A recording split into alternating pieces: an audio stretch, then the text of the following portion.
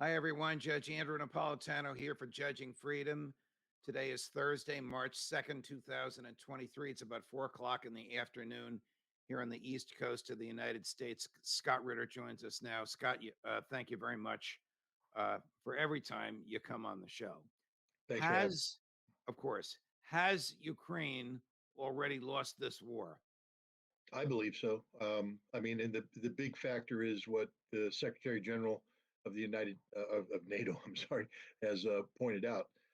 Ukraine's going to run out of 155 millimeter artillery ammunition sometime this summer. And there's nothing NATO can do to alter that outcome. And in a war that is largely defined by each side's ability to put artillery fire down on the other, if one side runs out of ammunition, the other side doesn't. It doesn't look too well for the side that runs out of ammunition. So yeah, I think the cards are there on the table. Ukraine's lost the war. So I just received an email from a very reliable source. Gary, if you want to put it on the screen, saying single source reporting rebellion ongoing by Ukraine troops in Bakhmut. This is 5 minutes old, Scott. Zelensky is furious, calling for General Zaluzhny to put down the rebels. Ukraine's lines east, north, and south under tremendous pressure. What is the, assuming this is accurate, and again, my source is intellectually honest enough to say it's a single source, but assuming it's accurate, what is this telling you? Rebellion in the ranks? Well, if you've been following, the ongoing saga of Bakhmut, there is anecdotal information in terms of videos submitted by people. We can't prove they are who they say they are, but that just indicate that the rank and file Ukrainian soldiers fed up, that they're being committed into combat, that they themselves say that if you send a company in to Bakhmut, by that night, they've suffered 70, 80% casualties and have to be withdrawn the next day. This is a suicide mission. It's a one-way mission. For what purpose? There's no strategic goal other than the pride of Zelensky here. And I think basically you have a situation where thousands of Ukrainian soldiers are confronting the imminence of their demise and are doing what humans do in these conditions, rise up to try and preserve their lives. And they're revolting against, if this source is true, revolting against the orders that have them, basically go on a one-way mission to hell. And that's it. And the issue about the pressure, you and I have talked about this. People going, "Where's the Russian offensive?" It's happening right now, guys. The pressure that's being put on the Ukrainians isn't just in Bakhmut. It's throughout the entire line, constant pressure, constant chewing away. And I think the culmination of all this is causing fractures in the Ukrainian armed forces, and they appear to be manifesting themselves along the lines that are indicative in your email. What would General Zaluzhny, for whom I believe you have a lot of respect, do? What should a command? He's probably not physically there, but what would he do if there's true rebellion going on? Do you shoot them? Do you talk to them? What do you do when your colleagues or the people under your command are rebelling in order to save their lives? Well, a good commander will save the lives of his soldiers. And a good commander will recognize that the cauldron that's developing there is a suicide trap. And a good commander would undertake those missions necessary to get as many of those troops out and preserve their lives. I'm not here to glorify Nazi leaders and German commanders during World War II, but there were several instances during the fighting on the East Front when German troops were facing encirclement, and high quality leaders such as von Manstein disregarded orders to hold at all costs and instead maneuvered to preserve the lives of his soldiers and continue. And General Zaluzhny is a soldier who is a professional. He claims to care about his troops. So a good commander would get them out of there. And if you have to launch an attack, a supporting attack to create the opportunity for withdrawal of troops, then you do that. But a bad commander would send in nationalist forces who will create a line behind the Ukrainian lines and start shooting anybody who goes in. A bad leader will go in and grab leaders and make an example of them by executing them in front of their soldiers. So we'll find out what kind of leader Zaluzhny is. Were you as dismayed as I was to see Secretary of the Treasury Janet Yellen in Kyiv handing a facsimile? I can't imagine it was a real check. What they said was a check for 1.8 billion to him. Yes, but I'm also cognizant of the fact that I can virtually guarantee you that while she was handing him that check, she was sending another message.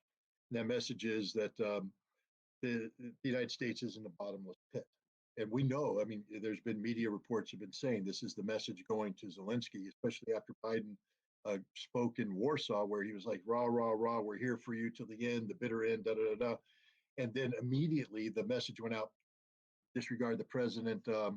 There is no bottomless pit here. You're going to have to find a way to negotiate an end to this conflict before we run out of things to give you, because we are running out of things to give you. And when we run out, there's nothing left to give you. And then you won't have anything, any negotiating leverage. So it's better for you to negotiate now than there. And that's an ongoing fight that's going on inside the Ukrainian government right now, which is they are gradually being confronted with the inevitability of their demise. And the question is, what kind of deal can they get out of this? That's why they're hopeful that NATO can continue to provide them stuff so they can turn that into leverage against the Russians, saying, give us as much as we can to make this more face-saving. The Russians aren't playing that game. Too many Russians have died, too much betrayal on the part of the West. But if Zelensky wants to continue fighting this, I can guarantee you the Russians are going to be willing to continue to kill Ukrainian soldiers until which time either the soldiers rise up and rebel against Zelensky, which appears that could be beginning to happen, or they surrender without preconditions, an unconditional surrender. I mean, what would happen if Zelensky allowed Russia control of the Donbass and eastern Ukraine, the parts that are in dispute, certainly the Russian-speaking parts, if the soldiers just withdrew? Putin has no wish to destroy Kyiv, does he? No, the president just gave a speech on February 21st. You're familiar with Ray McGovern, the Oh, yes. CIA analyst? Yeah, Ray's like an older version of you. Ray is a great, courageous, intelligent man who understands the Constitution, understands human freedom, and understands the way the world works. Well, he understands the Soviet Union and the Russians as well. He was the old Soviet, well, I think he was even before Soviet. He was the premier Soviet analyst in the CIA for a while. And Ray taught me, a good Marine always learns from his superiors, and Ray is a mentor and he's a good guy. And he taught me something very important about evaluating Soviet and Russians. And he said, listen to them. He said, they will tell you, they will say what they mean and they mean what they say. So I actually Right, listened to them. before we even get to what he said, Mhm. because I thought, as you did, it was a brilliant speech. We're speaking of President Putin's annual State of the Nation speech. American media told us before he gave the speech, expect him to be bitter, angry, and vengeful.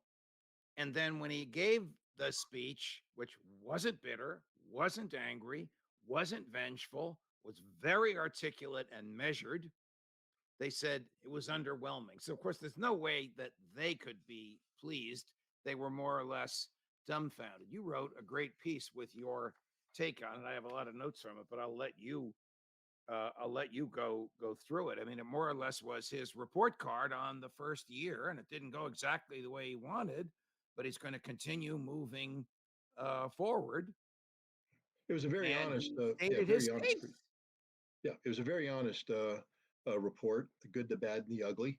Um, a lot of domestic stuff because it was for a domestic Russian audience. But the major takeaway here is people were expecting big arrows. He's going to come up and announce a drive on Kiev, the major offensive. And they're like, well, he didn't. So we're disappointed. And I'm like, you didn't listen to what he said. He actually told you exactly what he's going to do. He's going to concentrate on the economic and social well-being of the newly acquired territories of Kherson, Zaporizhia, Donetsk, and Lugansk in totality. So his focus is on their prosperity, which means they have to be liberated from the Ukrainian occupiers are there right now. So we know right off the bat that this war ain't stop until all of that territory is liberated. Then he said, in order to guarantee their security, we will continue to push those forces away to the maximum range of the weapons that are being provided to Ukraine by the West. In this case, it's the HIMARS with the small bomb rocket, 150 kilometers.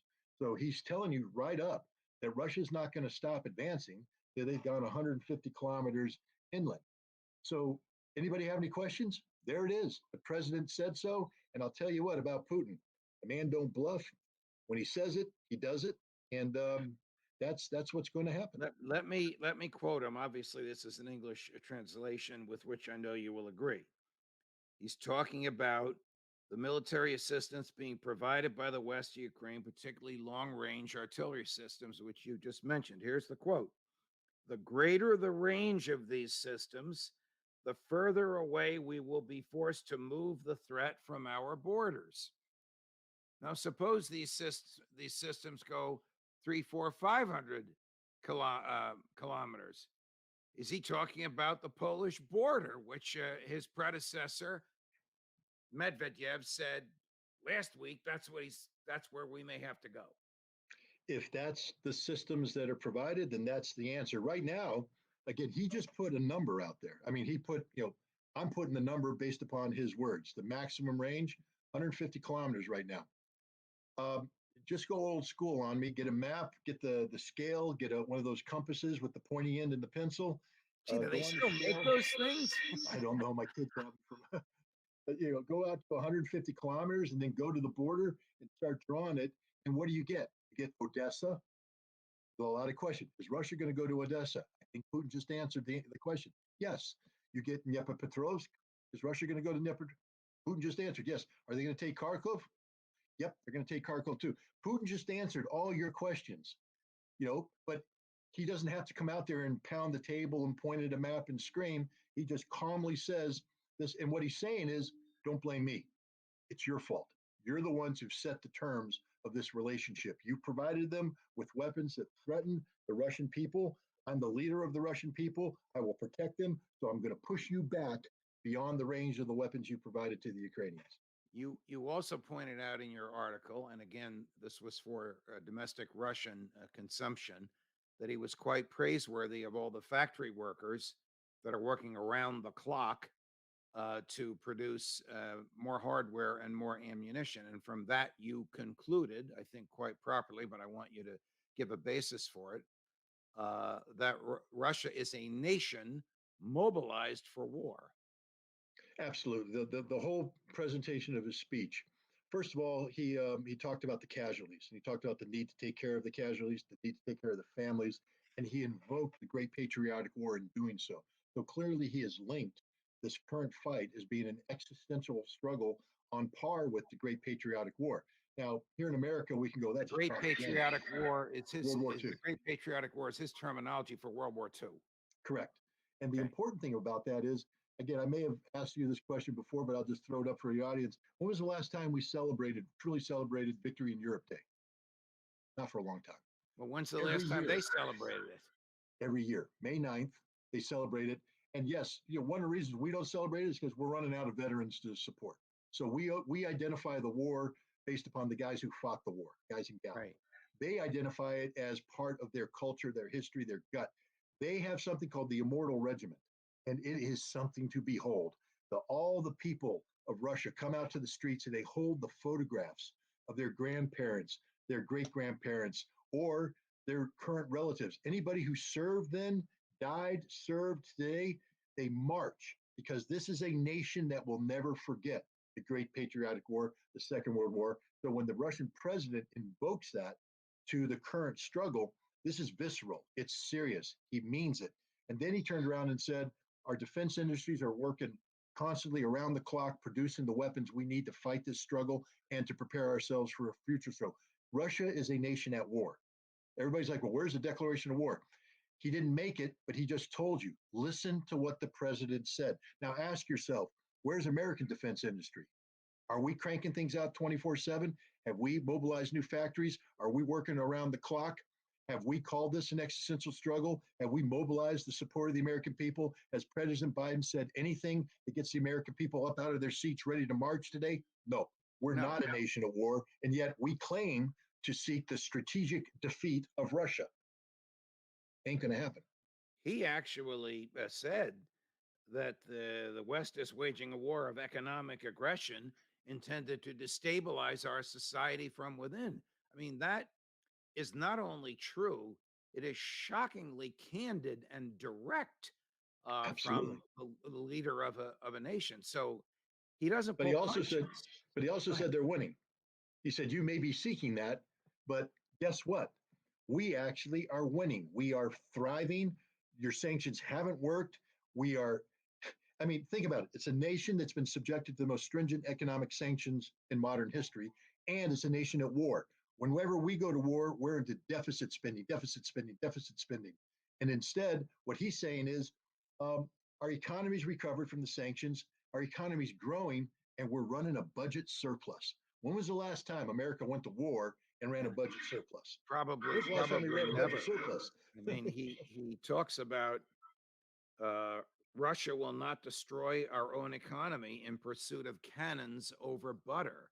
Yeah. What a very simple, brilliant, and even gifted way to explain that even though we're on a war footing, life will go on and we will remain prosperous. Their sanctions be damned. Yeah, in the West, we tend to believe that we won the Cold War by out spending the Russians, and we forced them in order to keep pace with us to sacrifice butter for cannons, and that led to problems. What he's saying is we will not repeat the mistakes of the past. What we're doing right now with this mobilization, and everything, we haven't forgot the people, and we can do both. We can make cannons and we can make butter. We can win this war and our people can prosper. And here's the interesting thing, he's doing it. He isn't just saying it, he's doing it. And we are even compelled right now, the experts in the West, to say, yeah, he is doing it. He's actually doing what he says. He's winning. He's prevailing. So, so yesterday, I guess it was actually the day before, Secretary Blinken in Mumbai, India, at the meeting of the G20 foreign ministers, pulled aside Sergei Lavrov, his opposite number from Russia, and he said they spoke for 10 minutes. And then why they do this, the State Department spokesman said Secretary Blinken told the foreign minister that we will continue to aid Ukraine for as long as it takes. Now, I don't know if that's true, but if I were Blinken, I would have said, hey, Sergey, is there any way we can start talking about this? Not in Ukraine, not in Russia, maybe in Geneva. Is any way we can start talking rather than the two of us in a hallway for 10 minutes with a translator? What do you think? Well, that's called diplomacy, and the Biden administration does not know how to carry out diplomacy, and they proved it with the release. I don't know if Blinken has the cojones to pull that stunt off. I mean, to go up against one of the world's most accomplished diplomats, a man who was doing diplomacy when Blinken was still in grade school, and and confront him in that fashion. I mean, we know that the Biden administration is capable of lying to create perception, to avoid focusing on reality. Maybe Blinken said something that replicates that, but the bottom line is there's widespread recognition in Washington, D.C. today that we are going to have to find a way to get to the negotiating table with the Russians. And you don't get to the negotiating table by pulling Lavrov aside and threatening him. First of all, Right. Blinken's the wrong guy to be issuing that threat. He has no credibility. Um, he should be saying just what you said. How can we do this? And you know what about the Russians? I've learned this about them over the years. They're the most discreet diplomats in the world, meaning that unlike us, when the Russians would say something, we run to the press and say, this is what happened. If you go to the Russians and say, hey, we need a little tete-a-tete here, how can we get to the negotiating table? Lavrov isn't going to go running out saying, well, Blinken just came to me and showed American weakness by begging to come to the negotiating table. He's not going to say a darn thing because he's going to sit there and see if you're going to follow through. So you can get to the negotiating table and maybe negotiate a good settlement. Isn't Biden shooting himself in the foot by saying Every we're going day. to do this for as long as it takes when he must know the people around him must be telling him an analysis similar to what you're giving me, that the United States simply can't go at this for as long as it takes. And of course, he won't or can't answer the question as long as it takes to do what. If you ask Lindsey Graham, it's kill Vladimir Putin. If you ask Tony Blinken in private, he'll probably say to destabilize Russia or destabilize Vladimir Putin, whatever it is. is. It's not militarily achievable. Uh, No, and yeah, and we know and that. Biden's General, got to be told that. well, General Cavoli just told him. General Cavoli is a three-star general, commander of American forces in Europe, commander of all NATO forces in Europe. And he gave a public presentation in Sweden in January where he said that stuff that's going on in Ukraine right now is on a scope and scale of violence we didn't even imagine. We don't know how to comprehend what's going on there. And what that means is we're not trained, equipped, organized, prepared for that kind of fighting. Now, if your general's saying this publicly, I can guarantee you he's writing up things saying, hold off, guys, we can't do this. We don't have the ability to do what's going on there. So why don't you pull your horses back in before you get us committed into a fight we're not ready to do? So, unlike his boss, General Milley, who once spoke his mind and then I guess got his fingers